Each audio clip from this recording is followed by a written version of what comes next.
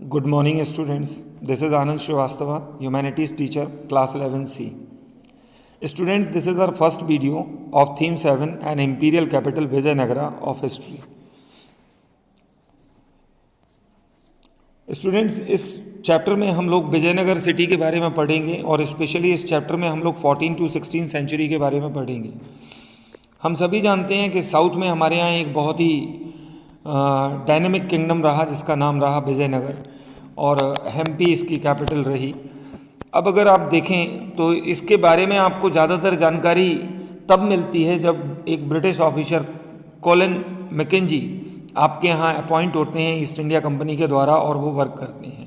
Colin McKenzie हमारे यहाँ 1815 में सर्वेयर जनरल ऑफ इंडिया के तौर पे अपॉइंट होते हैं, जबकि वो एक इंजीनियर, सर्वेयर, कार्टोग्राफर, काफ़ी सारी कैपेबिलिटीज़ अपने पास रखते हैं और वो अपनी डेथ 1821 तक हमारे यहाँ सर्वेयर जनरल ऑफ इंडिया के तौर पे अपॉइंट रहते हैं। Now we come on the topic 2 that is Raya, nayakas and sultan. तो आपको ध्यान रखना होगा कि यहाँ पर सुल्तान, रायाज और नायकाज। अब रायाज कौन है? राया वहाँ पाई जाने वाली एक कम्युनिटी है, नायकाज भी वहाँ पाई जाने वाली कम्युनिटी है और सुल्तान वहाँ के राजा लोग हैं। दैट मीन्स हम कह सकते हैं कि रायाज और नायकाज ही वहाँ के राजाओं को बनाने के लिए इम्पॉर्टेंट होते थे। अब अगर हम स्पेशली विजयनगर किंगडम की बात करें तो इसके बारे में डिटेल ये आती है कि in the year 1336 Vijayanagara kingdom was founded by 2 brothers named Harihara and Bukka. अब अगर आप देखें तो विजयनगर में काफ़ी सारी प्रॉब्लम्स थी। विजयनगर किंग्स जो थे उनको कम्पीट करना पड़ा था दक्कन के सुल्तान्स के साथ, गजपति रूलर्स उड़ीसा के साथ, और इन सभी चीज़ों के साथ साथ उन्होंने जो फर्टाइल रिवर वैलीज थी उनके लिए भी उनको काफ़ी सारे स्ट्रगल्स करने पड़े, ओवरसीज ट्रेड के लिए स्ट्रगल करना पड़ा। और इसके बाद आप देख सकते हैं कि rulers of Vijayanagara borrowed concept of building techniques which they then developed further. Now अगर हम देखें तो हमें ये भी देखने को मिलता है कि the empire had witness the development of powerful states such as those of Cholas in Tamil Nadu and Hoysalas in Karnataka. साथ ही साथ हमें बृहदेश्वरा टेम्पल तंजावर में, चिनवक्शा टेम्पल बेलोर में, ये सारी चीज़ें भी विजयनगर किंगडम के अंदर देखने को मिलती हैं। विजयनगर के जो रूलर्स थे वो अपने आप को रायाज बोलते थे। अब अगर हम किंग्स और ट्रेडर्स की बात करें 2.1 जो कि हेडिंग है उसके अंदर ये बताया गया है कि विजयनगर का जो ट्रेडिंग सिस्टम था वो बहुत अच्छा था। खासियत इसमें ये बताया गया है कि यहाँ पर अरेबियन ट्रेडर्स को कैवेलरी के लिए, हॉर्सेस के लिए और भी कई सारे आर्म्स एंड एम्यूनिशंस के लिए इनवाइट किया जाता था। उनके साथ काफ़ी सारा बिजनेस होता था। कुदरई चैतीस नाम की यहाँ की एक प्रजाति थी, वो ज़्यादा बिजनेस किया करती थी। इसके साथ साथ आप देखें मेनली यहाँ पर ये बताया गया कि वॉरफेयर से रिलेटेड चीज़ें बहुत ज़्यादा बिजनेस में यूज़ होती थी, क्योंकि उस टाइम हमारे यहाँ छोटे छोटे किंगडम होते थे और सभी आपस में झगड़े करते रहते थे, एक दूसरे को नीचा दिखाने की कोशिश चलती रहती थी। इसके साथ साथ अगर आप देखेंगे तो इसके नीचे वाले पैरा में ये क्लियरली दिया गया है कि यहाँ पर आपको ये सब वॉरफेयर के सामान के साथ साथ कई और भी चीज़ें मिल सकती थी जो कि आपके घरेलू चीज़ों से संबंधित थी, जैसे कि स्पाइसेस हैं, ज्वेलरी है, आपको डायमंड है, बाकी सारी चीज़ें भी यहाँ मिल सकती थी। अब अगर देखें the apogee and the decline of the empire, इसके अंदर आपको देखने को मिलेगा कि कृष्णदेव राय का जो रूल था वो जो है कंसोलिडेशन और एक्सपेंशन के ऊपर निर्भर करता था।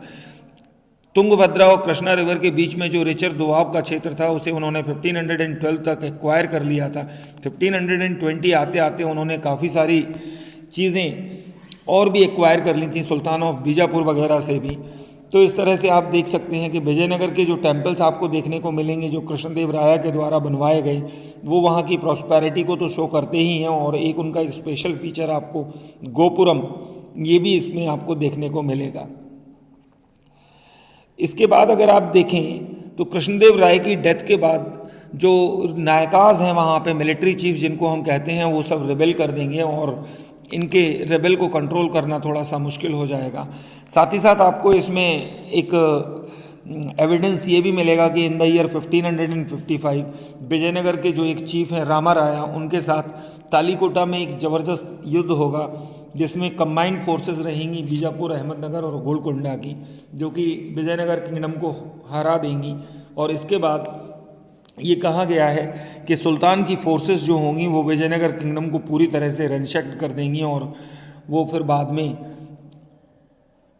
वहाँ से जो भी सिस्टम है वो शिफ्ट हो जाएंगे और वो शिफ्ट होकर के कहाँ पहुँचेंगे देख सकते हैं। Now the focus of the empire shifted to the east where the Aravidu dynasty ruled from Penukonda and later from Chandragiri near Tirupati. और फिर ये सारी चीज़ें विजयनगर से शिफ्ट होकर के अरावधु, चंदेरगिरी और बाकी और जगह पहुंच जाएंगी।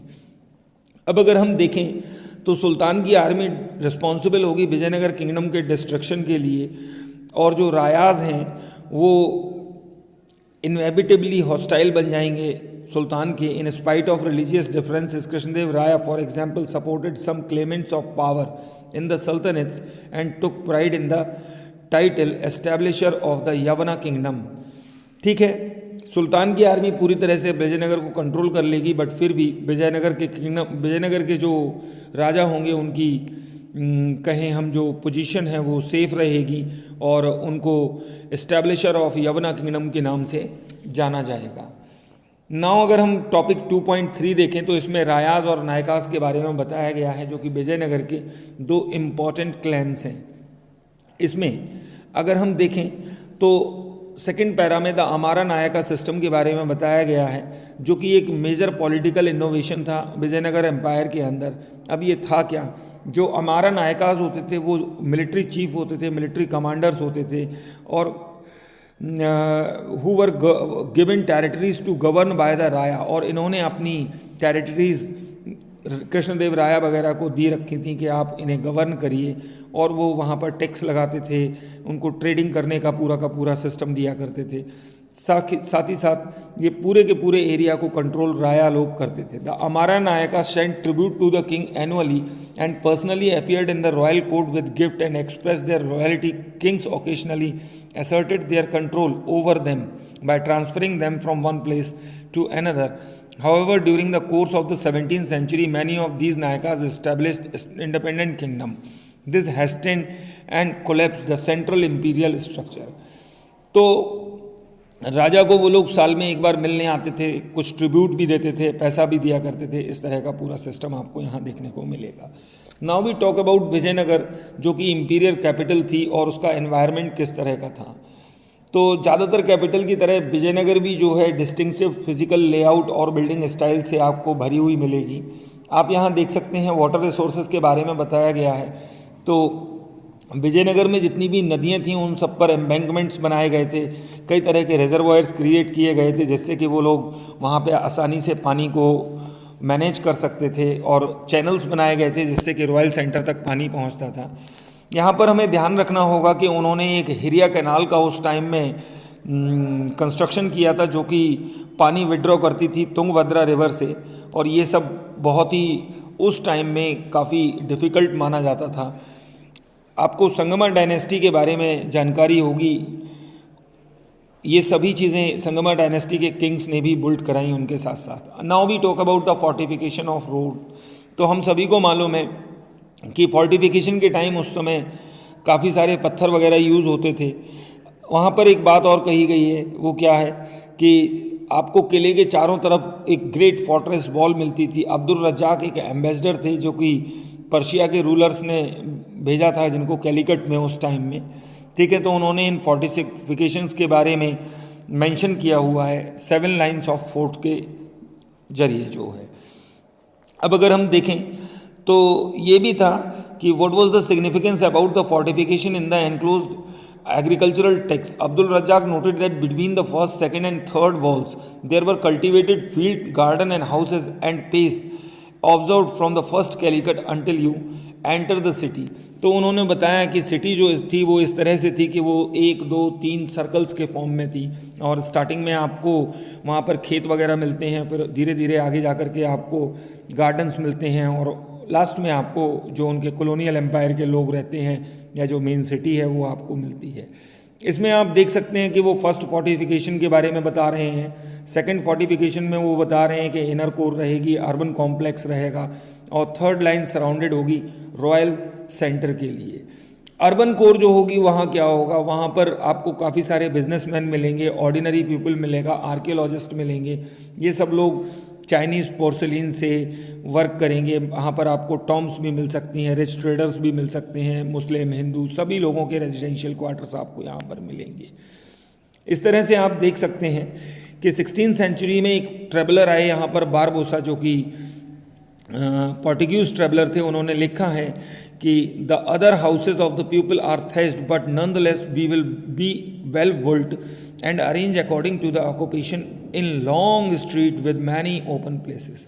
तो इस तरह आप देख सकते हैं कि विजयनगर किंगडम एक काफ़ी फ्लरिश्ड किंगडम था। Students, bye in the next lecture we will discuss some more topics of this chapter. Goodbye.